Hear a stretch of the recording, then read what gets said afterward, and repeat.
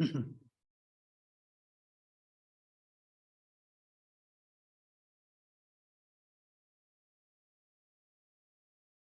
हम बात कर रहे थे कि भगवान जी ने यहाँ पर अज्ञानियों के लिए जंतु शब्द का प्रयोग किया है।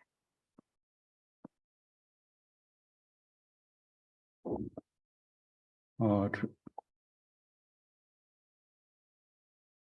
उसका कारण यही है कि मनुष्य और जानवर में या पशु में केवल एक ही फर्क है कि मनुष्य को भगवान ने इंटेलिजेंस दी है, जिससे वो अपने अज्ञान को खत्म कर सके। और गीता जी में इस अज्ञान को सामान्य मनुष्यों के लिए, साधारण व्यक्तियों के लिए, इस अज्ञान को दूर करने के लिए भगवान जी ने कर्मयोग का मार्ग बताया है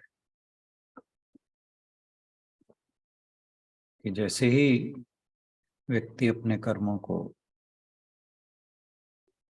कर्मयोग के मार्ग का अनुसरण करते हुए कर्म फल की आसक्ति से रहित कर लेता है, अपने कर्मों को ईश्वर को समर्पित कर देता है, कर्मों को निष्काम भाव से करता है, फिर वो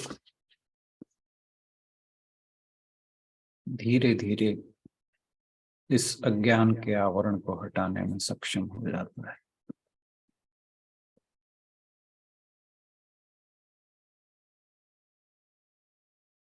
कर्म मार्ग में अगर भक्ति को भी जोड़ दिया जाए तो भगवान का अनुग्रह अपने भक्त के लिए बढ़ जाता है।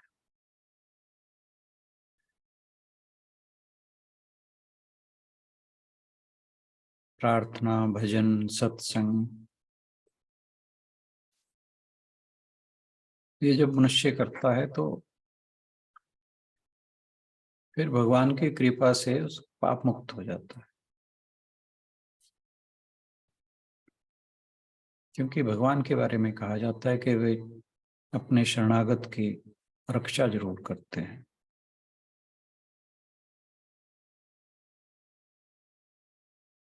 अपने भक्त का भार वहन करते हैं।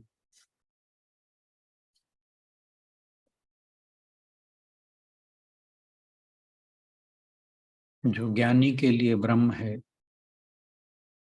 वही भक्त के लिए सगुण ईश्वर है।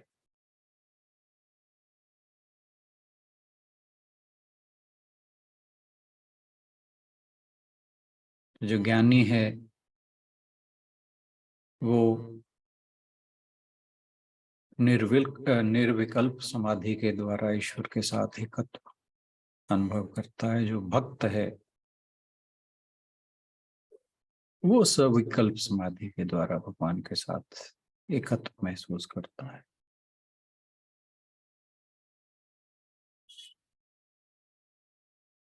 और जब मनुष्य सच्चे भाव से भगवान का स्मरण करते हैं, उनका भजन कीर्तन करते हैं, तो वे मनुष्य के पापों को हर लेते हैं।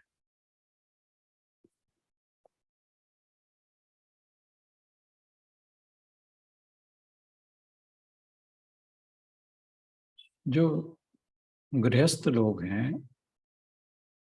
उनके लिए ज्ञान की प्राप्ति में सगुण ईश्वर एक जरूरी स्टेप है। वो डायरेक्ट निर्गुण ब्रह्म की उपासना से उनका अनुभव नहीं कर सकता। कर्मयोगी उसे कोई ना कोई अवलंबन चाहिए। भगवान के साथ जुड़ने का। इसीलिए हमारे वेदों में शुरू में जो इनिशियल पार्ट है उसमें कर्म कांड की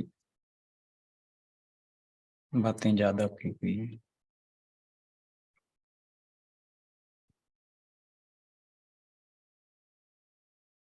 अंततः तो जब ज्ञान होता है तो फिर ब्रह्म के साथ एकत्व हो ही जाता है,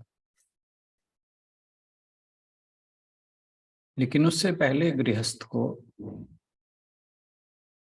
एक सपोर्ट सिस्टम चाहिए होता है, और वो सगुण ईश्वर के द्वारा ही उसे अवेलेबल होता है।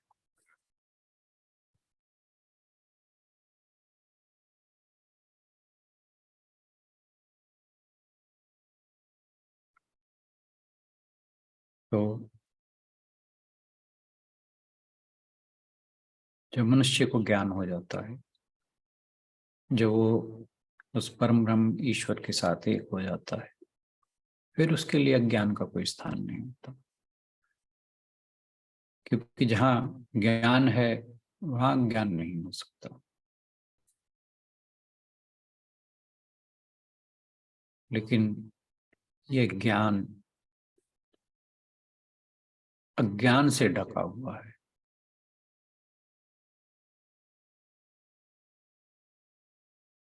तो ये जो ज्ञान प्राप्ति की प्रक्रिया है, ये उस अज्ञान को हटाने की प्रक्रिया है। इसमें कोई ज्ञान का निर्माण नहीं होता, क्योंकि ज्ञान तो ऑलरेडी है। हमारा जो वास्तविक स्वरूप है वो तो आत्मा के रूप में हमारे अंदर हमेशा ही है। जैसे बार बार एक एग्जांपल देते हैं कि जब सूर्य के प्रकाश के आगे बादल आ जाता है तो सूर्य का प्रकाश कहीं जाता नहीं है।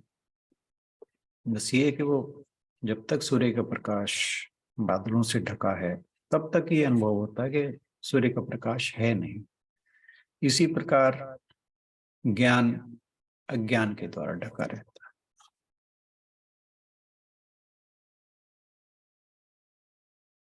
तो जब मनुष्य को ज्ञान का अनुभव होता है तब यह अज्ञान का आवरण अपने आप हट जाता है, और ज्ञान का प्रकाश मनुष्य को ब्रह्म के साथ एक में कर। आज के लिए इतना ही।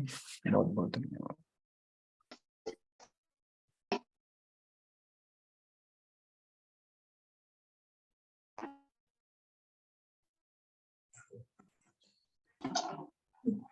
राना सर, यदि कोई अपने विचार रखना चाहें या कुछ पूछना चाहें आज के श्लोक को लेकर तो आपका स्वागत है।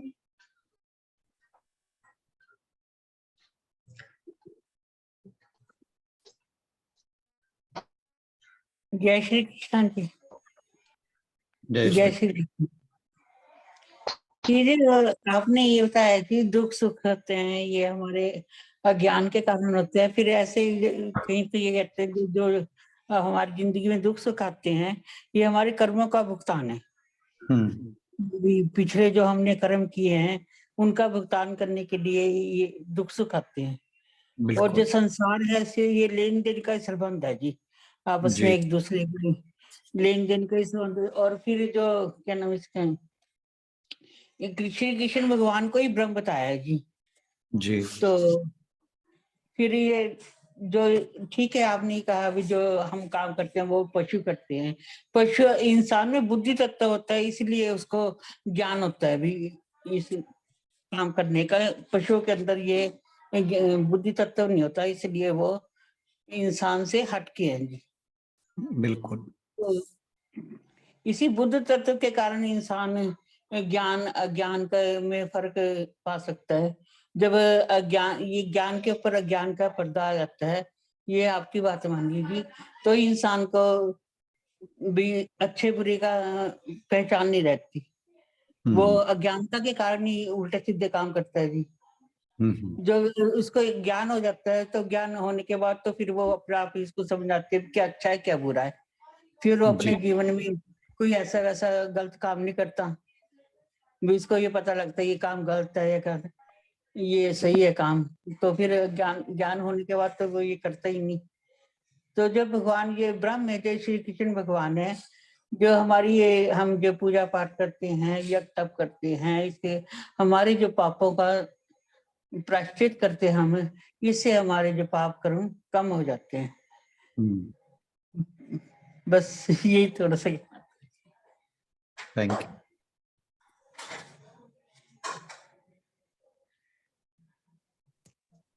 नमस्कार सर, मुझे ना ये जानना है कि भगवान जो है वो जैसे इसमें है कि किसी के शुभ कर्म को भी ग्रहण नहीं करते, किसी के पाप कर्म को भी ग्रहण नहीं करते, है ना, इसका यही इसमें जो दिया हुआ है। तो मतलब लेकिन जो मतलब जो इच्छा हम करते हैं, जिस इच्छा से हम पाप या पुण्य कर्म करते हैं, उस इच्छा को पूरा तो भगवान करते हैं, क्योंकि वो पूरा करने की शक्ति तो उनमें है।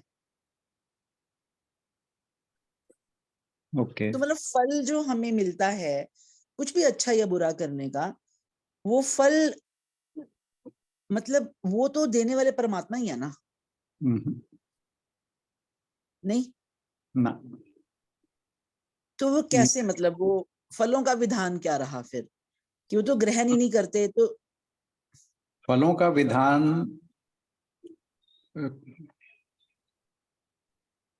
मेरे ख्याल इसी चैप्टर में शायद आएगा जी, कि प्रकृति के द्वारा किया जाता है। तो जो हम परमात्मा को मतलब भोले भाव से पत्र पुष्प फल इत्यादि भेंट करते हैं, तो वो मतलब वो तो उसको भी ग्रहण नहीं करते मतलब? हाँ, एक दृष्टिकोण तो है ये कि वो नहीं करते। दूसरा दृष्टिकोण ये है कि जब वो ब्रह्म माया के साथ जुड़ जाता है, फिर वो ईश्वर हो जाता है। वो ईश्वर के रूप में इन चीजों को ग्रहण करते हैं। अच्छा, गेटिंग माय पॉइंट? अब मैं कोशिश कर रही हूँ इसको समझने की, मतलब मतलब हाँ सच में मैं मतलब पूरी तरह नहीं समझ पा रही हूँ। हाँ जी जी, मैं फिर दोबारा बताता हूँ सर, आप अपनी कि तबीयत का ध्यान रखिएगा पहले आप, मतलब नहीं, कोई मेरे नहीं, नहीं, मैं ठीक फील कर रहा हूँ, कोई दिक्कत नहीं है। ठीक है जी। हमने अभी बात की कि जो कर्म फल है उसका डिसीजन प्रकृति लेती है। प्रकृति है भगवान की माया शक्ति। माया जी। ठीक है। जब भगवान माया शक्ति के साथ जुड़ जाते हैं, वो ईश्वर के रूप में प्रकट होते हैं, सगुण ईश्वर। तो फल वो देते हैं, फिर वो फल के देने वाले बनते हैं। तो कायदे में तो माया है या प्रकृति है जिसके कारण ये सारा कुछ हो रहा है। तो ब्रह्म तो या जो ईश्वर, ईश्वर नहीं, यहाँ पे वर्ड में यूज करूंगा या ब्रह्म ही यूज करूंगा, या जिसको हम विभु कह रहे हैं या सर्वज्ञ सर्वव्यापी, है जो आप परमात्मा कह रहे हैं, वो एक माया की शक्ति से अलग है। मतलब इसका ये हुआ कि जैसे अब द्रौपदी है, जब द्रौपदी के साथ वो चीरहरण वाला दुर्भाग्यपूर्ण वक्त आया, तो तब पहले वो अपने पतियों को बुला रही है, अपने बड़े बुजुर्गों के पास मतलब गुहार लगा रही है, कोई नहीं सुनता। तो फिर एंड में वो परमात्मा की शरण जाती है तो वो सुनते हैं। तो जब तक मतलब हम उसकी शरण में नहीं हैं, तब तक जो भी हम काम कर रहे हैं उसके उत्तरदायी हम हैं, ये मतलब हुआ ना इसका। तो जब हम उसकी शरण में चले गए, फिर उसका उत्तरदायी वो है। बिल्कुल। ये तो बात कर्मयोग में आ ही रही है नहीं, कि पर जैसे उससे पहले जितने भी फल हैं वो परमात्मा मतलब, क्योंकि वो निष्पक्ष है। देखो जैसे सूर्य है, अब सूर्य उदय होगा तो उसकी उपस्थिति में पाप करने वाले पाप करेंगे, पुण्य करने वाले पुण्य करेंगे, तो सूर्य तो उसकी जिम्मेदारी नहीं लेगा। बिल्कुल। इसको ऐसे मान लेते हैं कि भगवान जो है मतलब जिम्मेदारी नहीं ले रहे हैं, जो तुम कर रहे हो उसका हमें फल मिल रहा है। लेकिन जब हम भगवान के प्रति, उस समय भगवान फिर जिम्मेदारी ले रहे हैं जब हम उनके प्रति भावपूर्ण होकर अपने कर्म कर रहे हैं। हाँ बिल्कुल। ये कहेंगे ना यहाँ जब पे। जब जब ईश्वर, वही मैं बार बार कह रहा हूँ कि जब ईश्वर प्रकृति या गुणों के साथ जुड़ गया जी। तो फिर वो हमारे प्रार्थना भी सुनता है, फिर वो हमारे ये जो भी हम पुष्प पत्र आदि उसको अर्पण करते हैं, फिर तो भक्त और भगवान हो जाता है ना, वो वाला संबंध हो जाता है। मतलब इसका रिजल्ट ये, मतलब इसका मैं ऐसे लूं कि भी भगवान जो है ना वो भावों को ग्रहण करते हैं, कर्मों को ग्रहण नहीं करते। ये कहें, इसको ऐसे लें। बिल्कुल। क्योंकि सर इससे तो प्रेरणा मिलती है ना। अगर हम ये बोलेंगे इसमें भी भगवान ग्रहण ही कुछ नहीं करते हैं, तो फिर तो कहीं ना कहीं एक लैक ऑफ इंस्पिरेशन भी आ जाती है कि वो तो कुछ नहीं, ग्रहण ही नहीं कर रहे हैं। मैंने इसीलिए इस बात को यहाँ पे टच किया था कि जो सगुण ब्राह्मण है, सगुण ब्रह्म या सगुण ईश्वर है, जी वो एक इम्पॉर्टेंट पार्ट है या स्टेप है टुवर्ड्स स्पिरिचुअल गोल। जी। हम इन आइसोलेशन ब्रह्म की बात करें अगर, तो वो बहुत मुश्किल काम है। हाँ जी। और इसीलिए अगर हम ये जो बात करते हैं कि अपने कर्मों को ईश्वर को अर्पण कर दो, जी। तो अगर ईश्वर हमारे सामने शिव, कृष्ण, राम, दुर्गा, काली आदि के रूप में ना हो, फिर वो हमारे अंदर वो समर्पण का भाव नहीं होगा। हाँ जी, वो इंस्पिरेशन नहीं आएगी ना फिर। हाँ हाँ हाँ, कि ठीक। अब जैसे अर्जुन, एक बच्चा पढ़ता है, पढ़ाई करता है, पेरेंट्स कहते हैं तू फर्स्ट आएगा तो तेरे को मैं ये दूंगा, है ना। छोटे बच्चे को लालच दिया जाता है, तो मतलब वो बच्चा कई बार उस इनाम के लिए भी तो करता है ना, कि हाँ मेरा मतलब मुझे ये फल मिलेगा, इसका इनाम, इनाम के रूप में मुझे ये चीज मिलेगी। तो उसको, तो अगर परमात्मा का हम ये मान के चलें कि वो तो कोई भी शुभ या अशुभ कर्म ग्रहण ही नहीं करते हैं, तो मतलब क्योंकि जीव तो कमजोर है।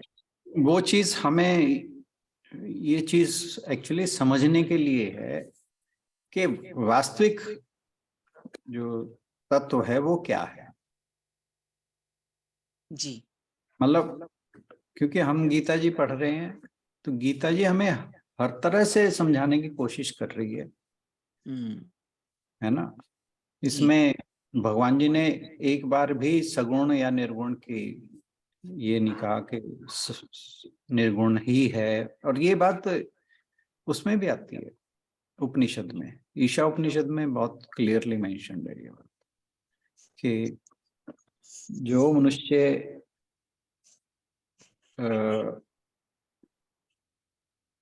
सगुण ईश्वर की बात करता है जी। वो अंधेरे में है, और जो निर्गुण ईश्वर की बात करता है वो उससे ज्यादा अंधेरे में है। जी। उसमें कहने का भाव ये है कि जो सर्वज्ञ है, सर्वशक्तिमान है, सर्वव्यापक है, वो जो परम ब्रह्म है, जब वो जगत के रूप में मैनिफेस्ट हो सकता है तो एक सगुण ईश्वर के रूप में क्यों नहीं हो सकता? When he बिल्कुल। is all powerful, all encompassing, तो वो क्या रूप नहीं ले सकता? तो एक भक्त के लिए वो सगुण ईश्वर हो जाता है।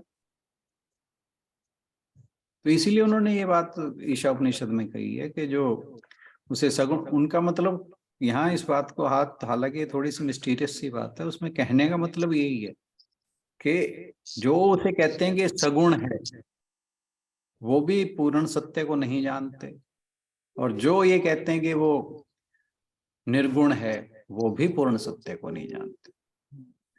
क्योंकि जब वो सब हमने कुछ कर, बांट ही दिया उसको दो हिस्सों में, सगुण एंड हाँ, निर्गुण, तो द्वैत, वो तो द्वैत हो गया ना, तो वो हाँ, अद्वैत है, वो बिंदु है एक, और वो हर तरह से मैनिफेस्ट हो रहा है, हर तरह से, यही मानेंगे। हाँ, तो तो सर जब इसमें मतलब मेरे को ना समझने के लिए, जैसे मतलब मेरे को ना थोड़ा सा वो अपनी तो भगवान की वाणी है और आप इसको एक्सप्लेन कर रहे हैं, लेकिन जैसे वो इंस्पिरेशन वाली जो मैंने बात कही है, मेरे मन में आया कि अगर भगवान ले ही नहीं रहे हैं हमारे किसी भी शुभ या अशुभ कर्म को, तो मतलब इसको मैं ऐसे लें कि परमात्मा ने हमें जो स्वतंत्र विल दी है, एक स्वतंत्र पार्ट दिया है, तो उसने हमें दे दिया सबको, और फिर उसके दुरुपयोग और सदुपयोग के हिसाब से हमें फल मिलेगा। भगवान बस, का काम सिर्फ देना था, वो स्वतंत्र विल हमें, उसके बाद फिर हमारे ऊपर आ गई बात, बिल्कुल है ना। ऐसे ले, मतलब इस चीज को अगर ऐसे लेंगे तो ज्यादा मेरे को सिंप्लीफाई लगा ये ऐसे समझना कि इन्वॉल्व तो है परमात्मा, मतलब कहीं ना कहीं वो हमारा पिता है, तो हमसे वो उदासीन कैसे रह सकता है ना, हमें हमसे उपेक्षित कैसे रह सकता है जब हम उसका ही अंश हैं। लेकिन वही वाली बात होगी कि उसने दे दिया, अभी इतना तुम्हें दिया है मैंने धन, और ये तुम मेरे 4 बेटे हो, और कोई ज्ञानी है, कोई तितिक्षु है, कोई अज्ञानी है, कोई मोहग्रस्त है, लेकिन सबको उसने स्वाधीन वो विल दे दी, जो हमें पशुत्व से ऊपर करती है, जिसका बार बार इसमें जिक्र आया कि जिन्होंने ये वर्ड यूज किया, मोहयंती जंतवा, जंतवा मतलब जानवरों से जैसा अगर हम व्यवहार करेंगे उस स्वतंत्रता का दुरुपयोग करके, तो फिर हम जंतु ही हैं, जानवर ही हैं ना। मतलब या तो हम मुझे लगा उपयोग नहीं कि कर रहे या दुरुपयोग कर रहे हैं, एक ही बात है।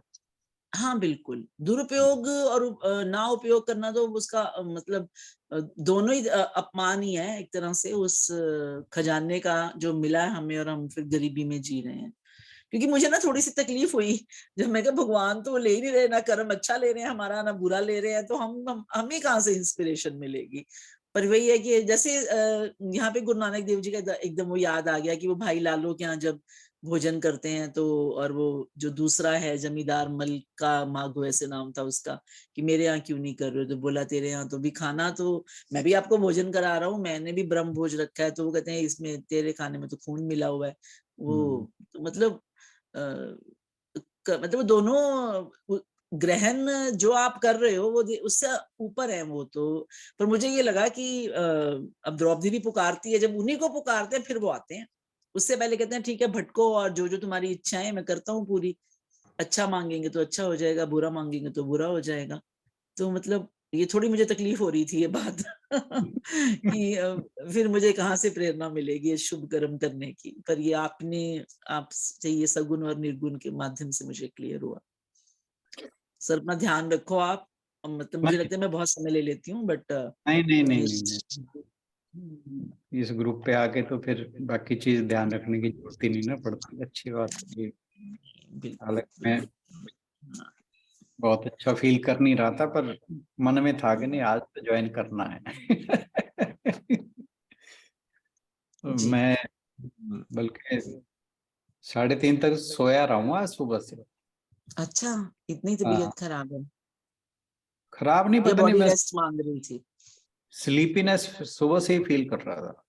मैंने जैसे ही नाश्ता किया सुबह, सुबह भी लेट उठा, नाश्ता किया, फिर ऐसे लगा कि वे सोना है, सो गया। फिर बल्कि लंच भी मैंने 4 बजे ही किया, पर भगवान लग ने रहा हमें आपको हमारे पास भेजा है, आप बस भगवान हमारा कल्याण करते रहे ऐसे ही आपके माध्यम से। हम थैंक यू सर। सबका कल्याण करते हैं वो तो। बिल्कुल, चलिए, thank you sir. Thank you.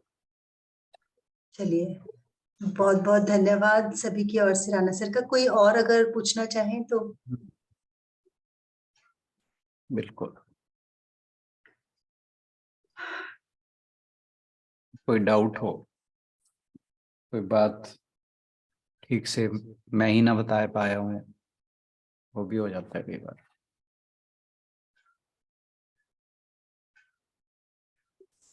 Sir आप ना कल एक वो जो आपने आज निर्विकल्प और सविकल्प की बात की थी ना, उसको थोड़ा सा और क्लियर कर देना प्लीज कल।